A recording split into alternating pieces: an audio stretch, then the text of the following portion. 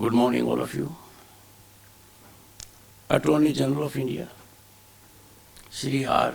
Venkatramani ji, Secretary General Rajya Sabha, Shri P.C. Modi, Secretary to Vice President of India, Shri Sunil Kumar Gupta, distinguished author, senior advocate, Dr. K.S. Chauhan, and distinguished audience. I know most of you. I would like to recognize by name, but then it will be difficult if I miss someone. Divya Singh agrees, am I right? She agrees. Well, the book, the 2 volumes, are much beyond the weight it has, more than their weight. We had an excellent discourse. First introduction by the author, then the man who is in action, Secretary General Rajya Sabha, Shri P.C. Modi.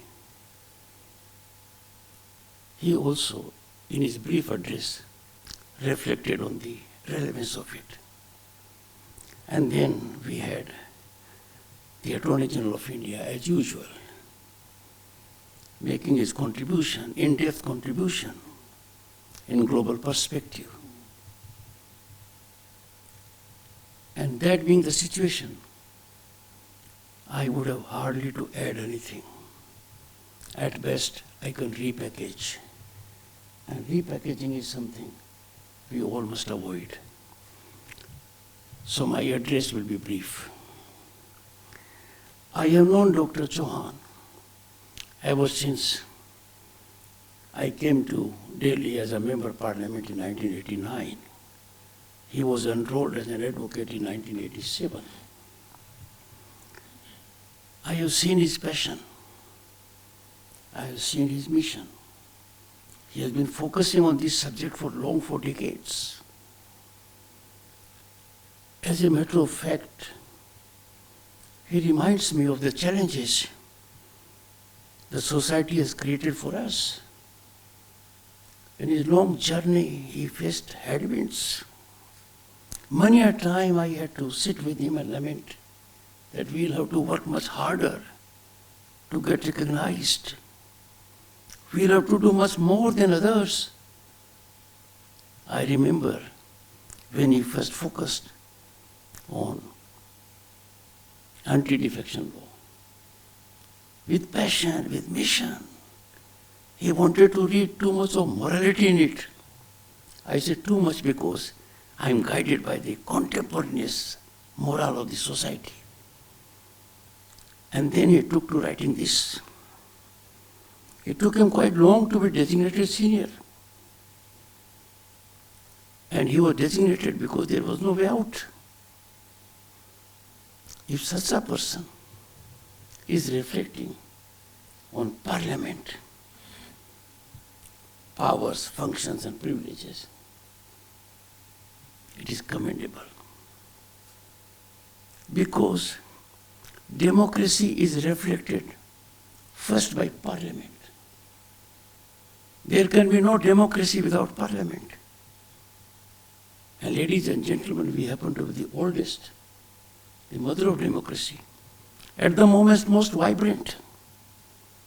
No country in the world has constitutionally structured democracy at all levels. But our constitution has provided for democracy at the village level, at the district level, at the municipal level, at the state level, and at the central level. We are the only country in the world. Parliament, if it is to be defined, is the most possible platform of representation of the people. I say most possible because eligibility to vote has an age factor, and those below that age are not entitled to reflect themselves. Therefore, it is not very idealistic, but it is very close to idealism. So Parliament reflects will of the people. It is the most pure, sanctified platform where views of the people converge, and there is emergence of the executive. The executive is dependent on Parliament. It has to be approved by Parliament, the House of the People. And that being so, we have to focus first on the electoral system. Because if the electoral system is vitiated, so would be the representation in the Parliament. We have been accolidated rightly globally. We have an election commission that has worked. And it has worked in a fashion that global recognition is coming to it. Many countries in the world want their elections to be overseen by our election commission. It's a constitutional body. There will always be urge to criticize, to get the best of it. But we all are assured, because our bureaucracy is so trained, our election machinery is so greased and fueled, independence is never a casualty. So we have a Parliament. Now, what is Parliament required to do? What are its powers? One obvious power of the Parliament is to hold the executive accountable. The executive is held accountable only through parliamentary mechanism. What does that require? It requires that the Parliament functions through dialogue, debate, discussion, and deliberation. But if Parliament is dysfunctional, Parliament is ravaged, sacrileged by disruptions, accountability does not take place.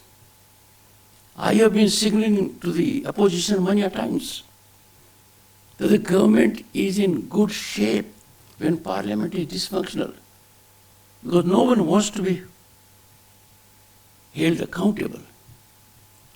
And I am of firm view that if you keep an institution or an individual above scrutiny or probe, that is the surest way to degeneration. So the primary function of the Parliament is, it must be functional, optimally functional. It must have dialogue and debate. It must hold the government accountable. Second, the Parliament is required to translate aspirations of the people. Those aspirations have to be realized. There has to be policy evolution. Now look at what has happened in the last few years. People have tested development. People have come to have banking inclusion, toilet in the house, gas connection in the house, a house of their own by virtue of affordable housing, connectivity in the villages, road connectivity, school education, potable water. When these deliveries have taken place, when transparent, accountable mechanism is in place because of digitization, the nation is in aspirational mood. It never saw the development it saw in the last 10 years. But now they want more. The urge is aspirational. That aspirational urge has to be satisfied by the parliamentarians engaging in overdrive by evolution of policies. And that can emanate only when the Parliament functions. Undoubtedly, ours is an economy on the rise. No country has had rise of the kind we have had in last decade. We are fifth global economy, we will be the third. But the challenge is there. Eightfold increase in per capita income has to be achieved for a developed nation status. And that can happen only when Parliament, its committees, perform and outperform themselves. That's the second thing the Parliament has to do. Another function of Parliament is, it is a platform where you think ahead of times. We are living in times, we are on quicksand of technology. another industrial revolution, disruptive technologies. Things are changing by the seconds. We have to evolve policies of regulation. We have to find methodology to convert challenges into opportunities. No doubt we are resisting progress, but our progress has to be measured in comparable terms now. When we are ignited by an ecosystem of hope and possibility, our young minds want more to be done, and for that, Parliament is a platform. Secondly, Parliament does not exercise its powers. There can be no vacuum. We will have other organs stepping in. People will take to agitations. People will find a way out. And therefore, if Parliament is non-functional, it will gradually get into irrelevance groove, and that will be a threat to democracy. So, a functional Parliament is quintessence to survival of democracy, because it is Parliament that allows you power of expression. I am coming to privileges. A power of expression where no one can question. What you say in Parliament, you are immunized from any other concern. You can't be taken to civil court. You can't read culpability in it. When you have that supreme authority, that what you say in Parliament, no citizen of this country, 1.4 billion people, can take recourse to law if they are hurt. That puts a heavy obligation on Parliament itself. The privileges come with heavy responsibility. I have said on occasions, and even by way of point of order decision, Parliament is not a place for free fall of information. Parliament is not a place where you settle scores with people or institutions that cannot have their say in Parliament. Every word is spoken in Parliament, every document tabled has to be authenticated. Because your privileges cannot graduate to a level of trampling privileges of millions of others. And therefore, members of Parliament have to show by example, by conduct, by demeanor, which can be emulated by others.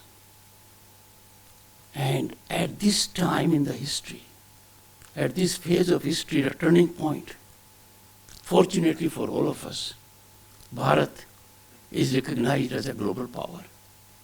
This century is bound to belong to us. We are the rightful claimants of it. We are on the right track. But if there are certain discordant situations, the only place to smoothen those rough edges is Parliament. Quite often, on many occasions, we have to decide issues on account of practice. We were taking recourse to Mayor's parliamentary practice, Kaul and Sakhtar.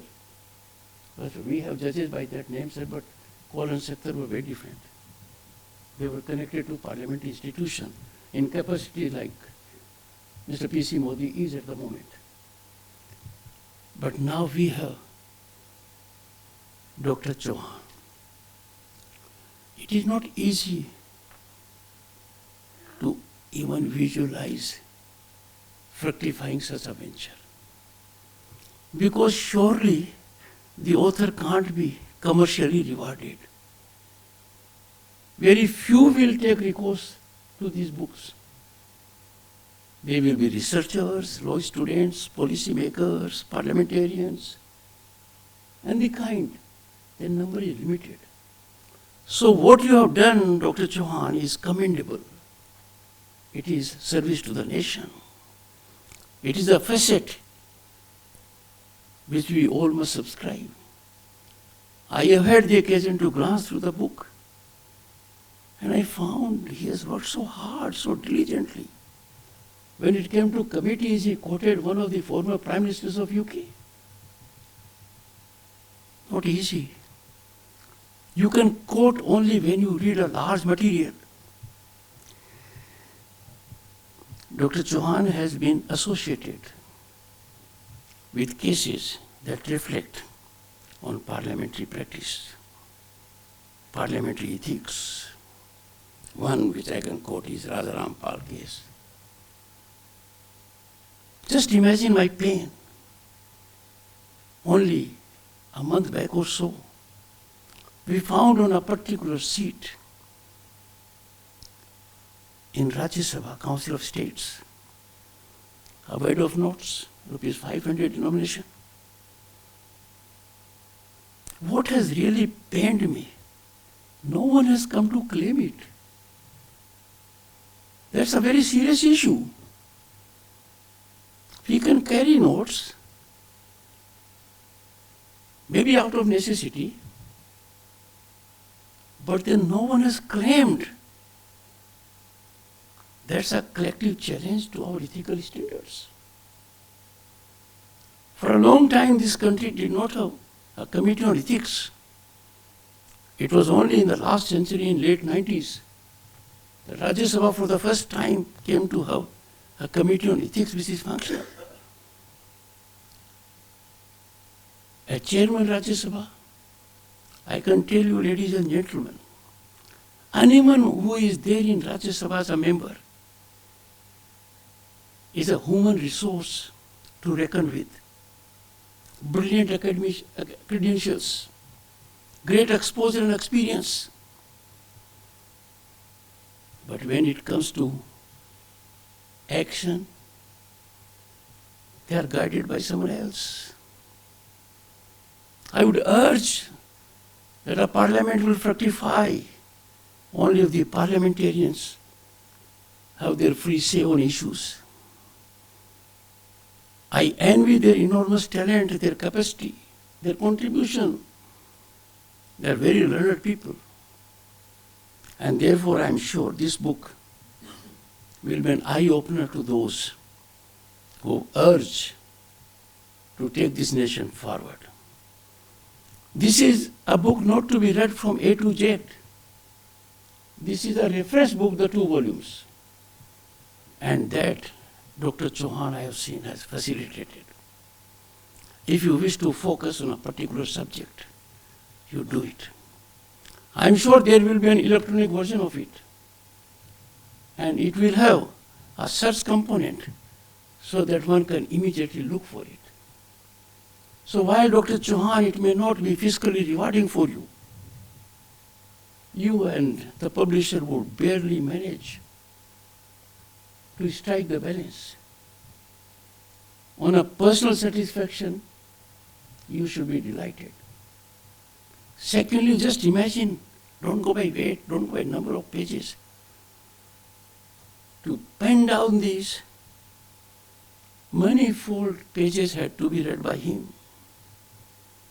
Because we are a country where people look, आपके कपड़े में दाग कहाँ है देवेंद्र जी?